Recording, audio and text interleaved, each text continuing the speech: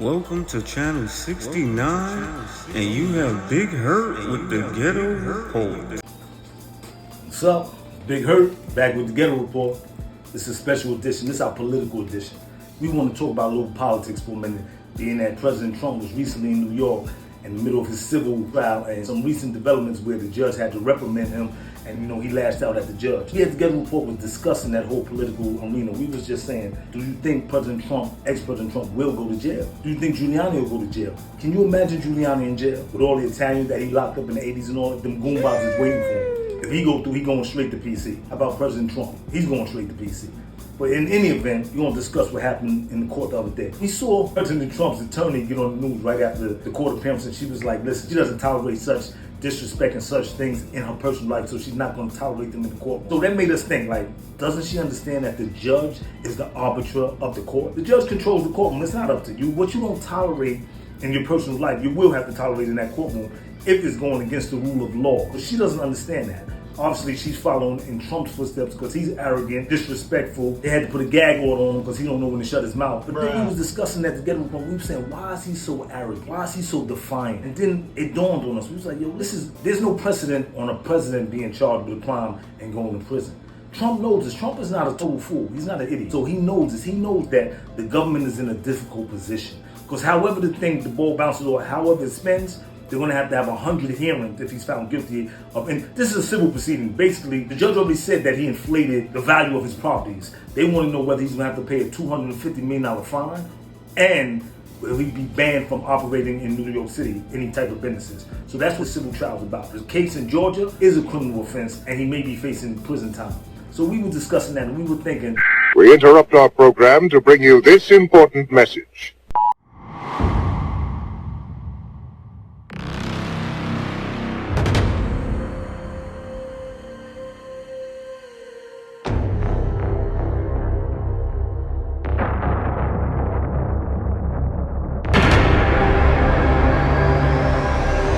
when they finished with this case and they saw who killed Billy Buckhead, I want them to investigate more.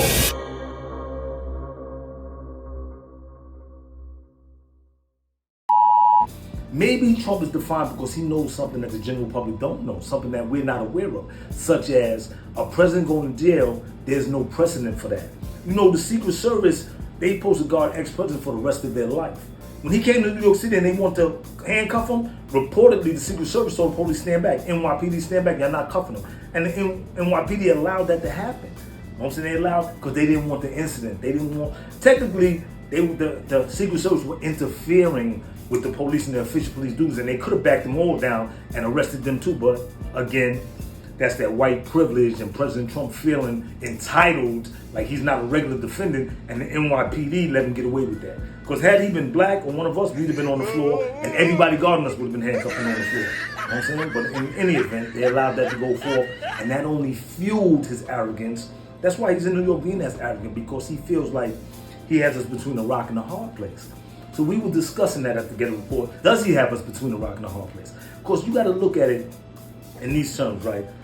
Being that he's an ex-president, he's afforded certain rights and privileges. One is to have Secret Service protect him for the rest of his life.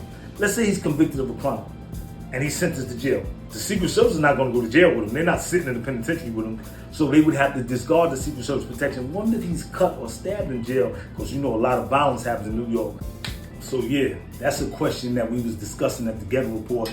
If he went to jail, how would the Secret Service respond? Are they going to go into prison with him? Are they going to abandon their duties? And if he's injured in jail, who's at fault? U.S. government, prison system? So there's a lot of questions that got to be answered. So I think that's why President Trump is so defiant, because he knows he has him between a rock and a hard place. And if he's found guilty of anything, they'll probably most likely have to give him house arrest, because they're not going to be able to send him to the penitentiary unless the real serious crime. But most likely he'll get house arrest. And with house arrest, when you're living in an estate, a mansion where people can come over, that's not really house arrest. It ain't like you in the projects or in a small house and you have no guests in their moms. If you were on an estate and rich like President Trump, house arrest is nothing. And also, if they put the ankle bracelet on him and put him under house arrest, and he breaks the ankle monitor and leaves out and comes back, what they gonna do? Put him on double house arrest with 2 ankle monitors on? He gonna be defiant as long as he knows he has him in between the rock and the hard place. So what they're gonna have to do if he's found guilty, Because believe me, they worried about that. See, the prosecutor's not worried. The prosecutor in Georgia, because that's not her job to worry about. Her job is to prosecute crime. So she's saying that's somebody else's job. So trust me, there are people, strategists behind the scenes saying, if this happens and this happens, how do we move forward? So they're debating that right now in think tanks all over the place. But we were just discussing at the Ghetto Report, and we wanted your opinion, the public's opinion on what do you think will happen? And what do you think should happen? So holler at the Ghetto Report and let us know. This has been a political edition of the Ghetto Report. Big Hurt, and I'm out. Yo, just give me a minute. Easy Peasy, I just need a minute. Yo, what's up? It's Easy Peasy, y'all. I got the glue, baby. I got the glue for the kids going back to school. I got the Gorilla Glue. I got the Crazy Glue. Chicks, if you want that nigga stuck to you like glue, get this glue from me. You want the kids to do good in school? Get the glue for the kids. You know, so Easy Peasy got it all, baby. This stuff fell off the back of a truck. Easy don't steal no more. Also got the off. This the new off stuff for the haters. You want to keep the haters off? You get the off from Easy Peasy. I got it all. Holla at me. Easy Peasy. I'm in the projects all day and night. Easy Peasy. I'm out.